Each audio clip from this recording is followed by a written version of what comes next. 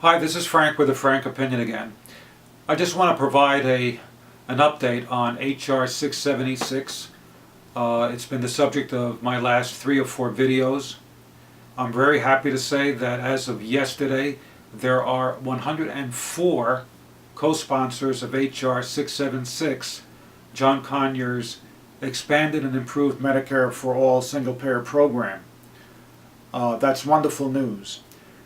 But first I want to dedicate this particular video to a terrific citizen by the name of Carlos, who's very active on HR 676, who approached his own congressman a few weeks ago. Congressman told him that in fact he was a co-sponsor, and we found out that in fact he had not co-sponsored yet.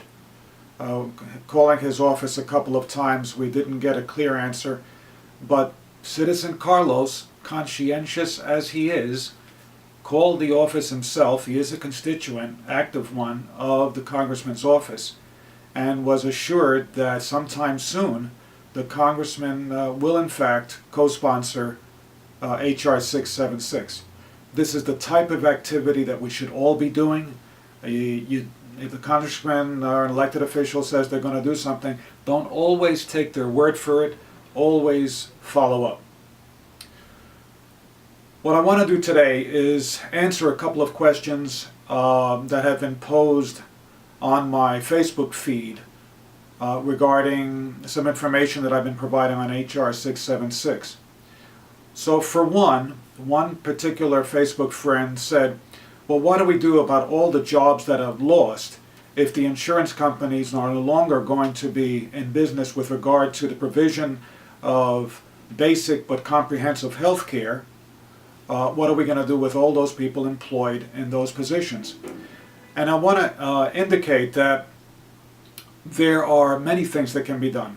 The bill itself, HR 676, in one of its components actually addresses this and says that there should be a 2-year window of helping employees of insurance companies find alternate work, either in terms of new lines of insurance, supplementary insurance that people may want to buy from that same insurance company, or jobs in other fields that either their skills make them qualified for, or for which there wouldn't be a tremendous growth time or education time needed for them to go into another field.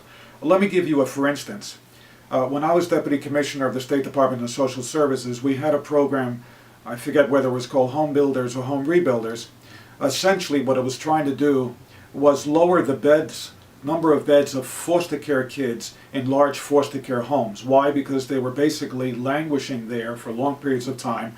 Foster care homes were not using preventive and protective services very well, not proceeding as quickly as they should on the 3 permanency goals for children in foster care: successful return to birth parents, successful adoption, or successful aging out of foster care in New York State, that's at the age of 16, and hopefully not going on to welfare. So there was a pilot program, a demonstration provided by Kellogg Foundation dollars, which said, we're going to guarantee the amount of money that you get because of the number of children under your care, under your foster care agency, and you have flexibility to do with that money as you will. Could be education programs, could be employment and training programs, could be housing programs, could be substance abuse, etc. But we need you to successfully get these kids moving into one of those 3 permanency goals. Well, the same thing could apply for almost anything. Really fanciful things, one of the things that I think about every so often, if Rex Tillerson was still at ExxonMobil, the government saying to him, listen, we'll kind of guarantee you your profits for the next 3 years, but move your corporation into renewable energy. Yes, into solar, wind, etc.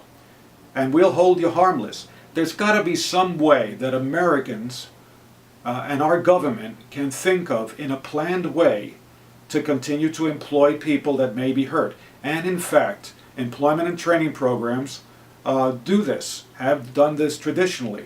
When I was at the Department of Labor, that was EDWA, employment training for people that were affected by mass layoffs. So there are ways of ensuring that people are safeguarded and that it's not a wholesale exodus of people leaving corporations without any jobs and having to go on public assistance. Another question that was posed was when I mentioned that Minority Leader Nancy Pelosi's office staff told me that the minority leaders are not accustomed to co-sponsoring or introducing legislation themselves because they don't want to exert any bias. And in fact, in my last conversation with Nancy Pelosi's office, I was told that it's actually an ethics rule. Well, since homework is one of my favorite words, I went to the House Ethics Manual, did not find anything there, and I didn't read every page, but I didn't find in my pretty good review of the Ethics Manual anything that prohibited the minority leader, Nancy Pelosi, or her associate, Steny Hoyer, from leading the Democratic Party on H.R. 676.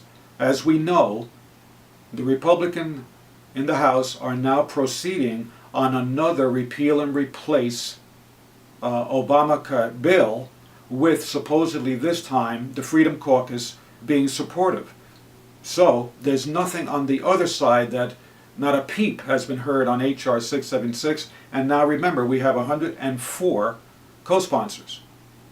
So then I said, let me call up the Republican members of the House. I called up Congressman Paul Ryan's office, Speaker Ryan's office, and all I got was messages. Okay, if you want to know about his position on this and that and so forth and so on, please listen to the audio. However, I then called up Representative Kevin McCarthy's office, the majority leader in the House for the Republicans, and I was told by his staff, very happily, no, as far as they know, there is absolutely no prohibition, no ethics rule that prohibits Paul Ryan, though the Speaker usually doesn't do it, but anybody beneath him, including the majority leader, the majority whip, etc., from introducing, co-sponsoring, and certainly not leading an effort on a bill that they feel strongly about. By the way, Kevin McCarthy's office staff member was actually nicer to talk to, more pleasant, than Nancy Pelosi's staff person, who kind of hung up on me a little bit after a while. So here we have it, a couple of answers. No, there doesn't seem to be any prohibition for the minority leader's office in the House to lead on H.R. 676, especially if you have 104 co-sponsors. This is something that I think is critical. I think that single payer is the single most important progressive issue right now because of the replace and repeal fanaticism of the House, and because of the quality of H.R. 676, that we go full steam ahead. All of you out there that may be listening to this, please share with your friends. Minority Leader Pelosi's office has to be called on this. Steny Hoyer's office has to be called on this. You have to pursue your local Democratic congressmen and congresspersons, and if you can, if you live in a Republican district, by all means, pursue them as well on their support for a single-payer Medicare for all program. Thank you.